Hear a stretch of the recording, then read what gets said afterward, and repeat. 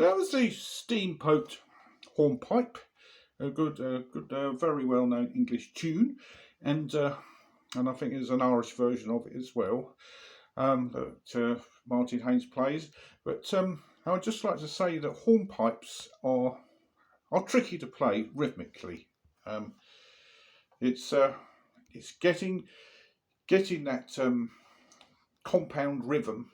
Don't get confused with compound time, because compound time is the into threes, triplets, but the compound rhythm is the, you see, time signatures for hornpipes vary a lot. I mean, I think they started off in 3/2 in the days of John Playford, and then they, because they were more dance tunes, there was more notes turned. But and I think during the 18th century, because as hornpipes were associated with sea shanties and seafaring, because the actual hornpipe was the only instrument they could put on board, as it was so robust. But as it became the dance, it became very rhythmic, but not fast. That's the thing. It makes up for the energy by not being quick, by this very rhythmic thing. So I suggest, with the upbeat on this, start with an up bow, and the down bow doesn't come till the first beat of the bar. So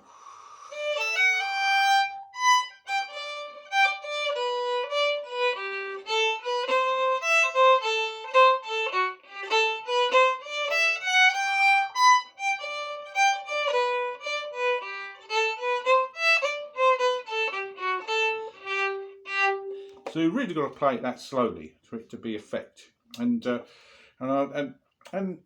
quite honestly, with a band playing it even at that speed, it is quite effective, and it really sways as a dance, as a slow dance. And I think the danger of people playing hornpipes too quickly, it loses that effect.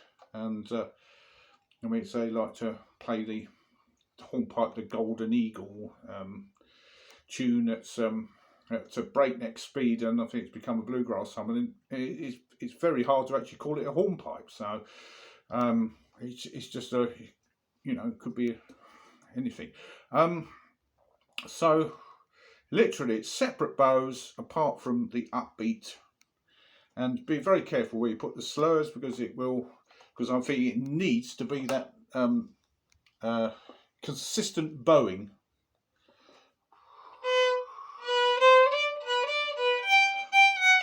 Down bow.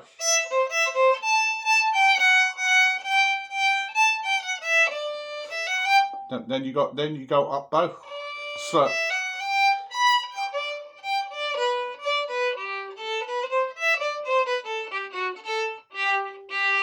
I'm sorry, I didn't get the rhythm there because I was concentrating on the bow direction. But first of all, it's best to play it, equal notes to make sure 100% that you got your bow direction properly. You're going up bow where it should be up, and down bow. So it's basically separate bows, but you got to, where you put the slurs, it's usually upbeat. But the second one, the second part B.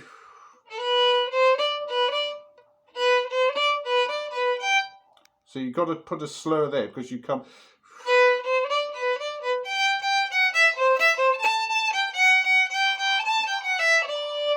No, it went wrong there, didn't it?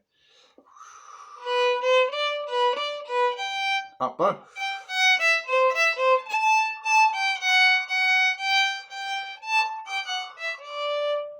So that's wrong. As my teacher used to say, you're upside down. And it's so easy to be upside down. What do you do? Double take and get yourself out of trouble if you come upside down. So it's that part B, because the part A is quite straightforward.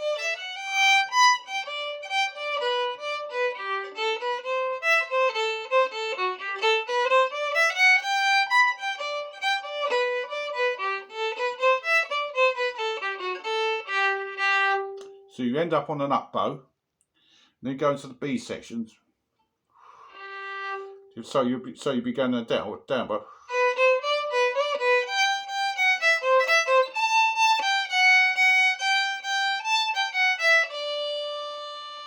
You go on down the D, and then you go.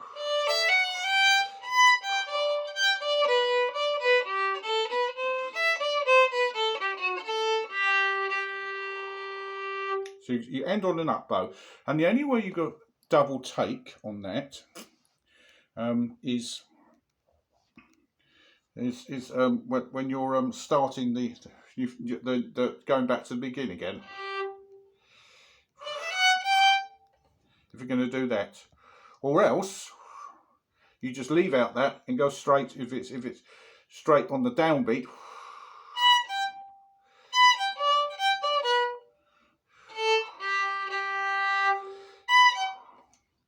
You know, if you hang too long on that, you'll miss the upbeat. But and of course the other thing will be if you we'll do this B section again. So you end up on the up bow, then down.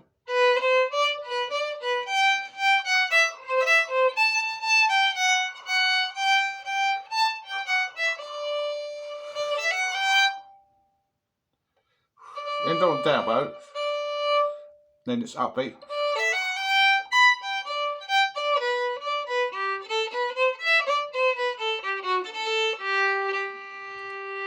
And then if you go into another tune,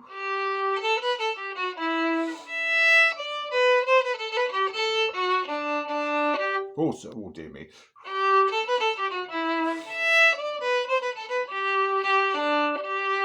You start that on the down bow, even though I messed it up.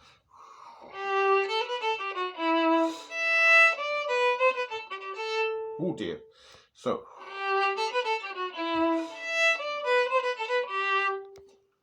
I mean, the thing is, with that Portsmouth, you can vary it by slurring but you really not going to know what you're doing, because if you get in a muddle with your slurred notes and your separated notes, you'll get an upside down bow. Because what happens, you see, I can see the point.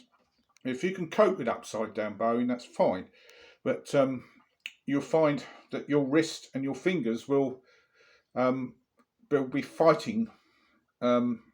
Of going in different directions, because your brain will be telling half your hand where it goes this way and the other that way. So it's having to compromise, and it will become untidy playing and not rhythmically tight.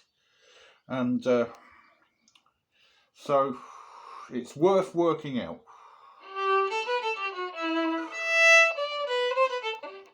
There's something not right there.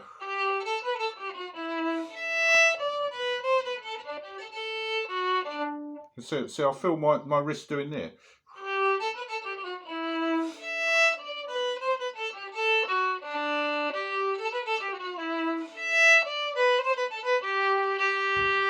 So I'll have to do another tutorial on the Portsmouth, because I've yet to go. I'm coming up to 10 minutes now. I yet to have to work it out. So obviously you're going to start on the down bow.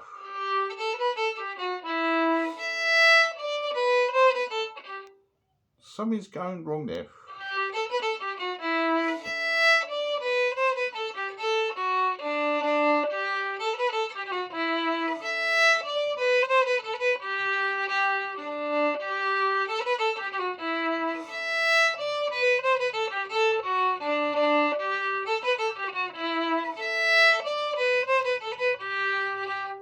Yeah, can I just say that worked itself out right, but you have to really think about it, because I think when you're playing sessions, you tend to play along, and you can play along wrongly, because I know that tune, and then somehow you're double taking and your bowing becomes untidy that way. So if you take time to actually play the tunes you've been playing at these sessions, and take them apart, and you know, it's try and do without the music, yes, because you can actually see what you're bowing doing. But if you need to have the music in front of you, it's just put the bow signs in, and just see how it actually works out, and how it mathematically works out with the phrasing and the structure of the tune. So hopefully that's given you some insight with bow direction on hornpipes with John Playford, because with John Playford's tunes and Henry Playford, the bowing direction is very, very important because it really has to be spot on. It's very, very precise music, very delicate music, and especially because it is dance music, and all dance music has to be rhythmically sound, and if there's any hesitation with the bowing, the rhythm is out. So I can't emphasize enough, and I've been having difficulties with it, and through this lockdown, and I've had to real study rhythms and bowing, and it is very much worthwhile, and it will improve your playing and giving you something to focus on while you're playing, and improve your general playing. So this, and hopefully this has been a helpful video. Thank you very much.